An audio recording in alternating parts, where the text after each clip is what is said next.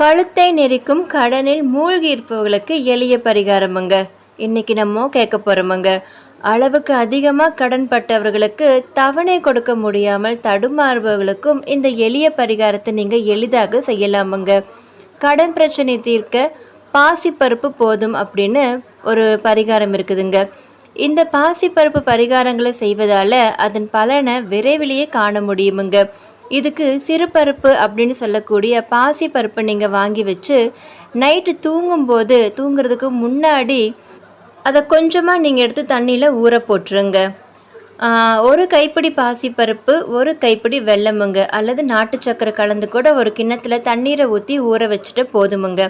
மறுநாள் காலையில் இந்த பாசிப்பருப்பை கொண்டு போய் அப்படியே பசுமாட்டுக்கு உங்கள் கையாலேயே நீங்கள் சாப்பிட கொடுத்தா போதுமுங்க. இப்படி கொடுக்கும்போது உங்களுடைய கடன் பிரச்சனை தீருமுங்க. கோமாதாவோட இதை நல்லா வேண்டிட்டு அவங்களுக்கு இதை கொடுங்க. உங்கள் கையால் எந்த அளவுக்கு பாசி பருப்பையோ வெள்ளத்தையோ நீங்கள் தரீங்களோ அந்த அளவுக்கு வறுமை நீங்கி செல்வம் தேடி வருமுங்க. அதே போல் ஒரு கைப்பிடி பச்சரிசியை நைட்டு ஊற வச்சு காலையில் சர்க்கரை வாழைப்பழம் கலந்து கூட பசுவுக்கு நீங்கள் தரலாமுங்க. இதன் மூலம் பார்த்திங்கன்னா எளிதில் கடன் அடைக்க முடியுமுங்க. சிறுபருப்பு பாயாசம் அதே போல் புதன்கிழமையில் பாசிப்பருப்பு வாங்கி கோயில் குருக்களுக்கு தானமாக கொடுக்கலாமுங்க. ஆதரவற்றவர்களுக்கும் வாழும் ஆசிரமங்களுக்கும் ஏழை குடும்பத்திற்கும் தானம் கொடுக்கலாமுங்க. இதை வாங்குபவங்க சமைச்சு சாப்பிடும்போது உங்களது நிதி நெருக்கடி விரைவில் தீருமுங்க.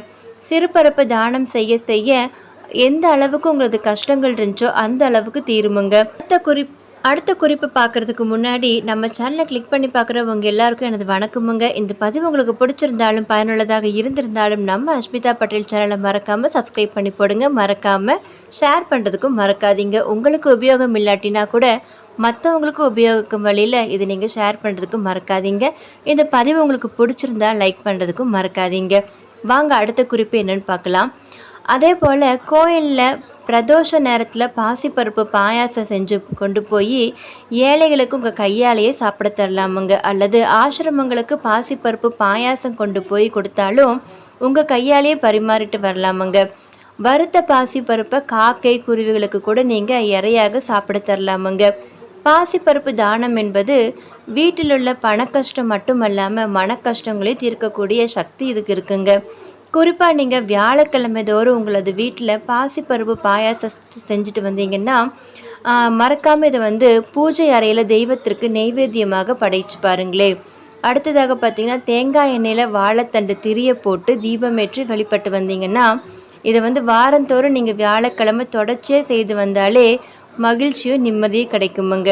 இதில் எந்த ஒரு சந்தேகமும் கிடையாதுங்க.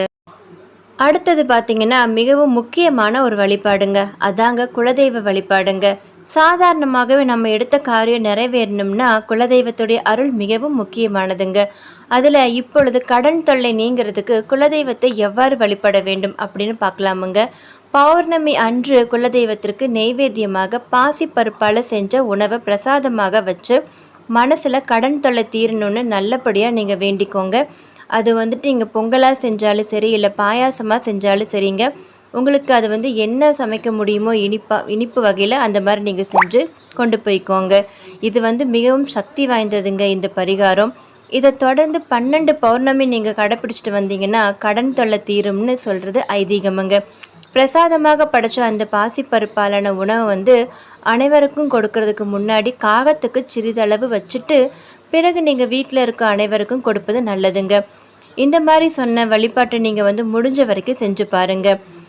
இந்த மாதிரி வழிபாட்டு உங்களால் எது முடியுமோ அதை நீங்கள் கடைப்பிடிங்க. முழு மனதோடு கடைப்பிடித்தாலே நிச்சயமாக கடன் தொல்லையிலேருந்து மீளலாமுங்க. நம்பிக்கை உள்ளவங்க நம்பிக்கையுடன் இந்த பரிகார முறைகளை பின்பற்றி வந்தீங்கன்னா பலன் அடையலாமுங்க.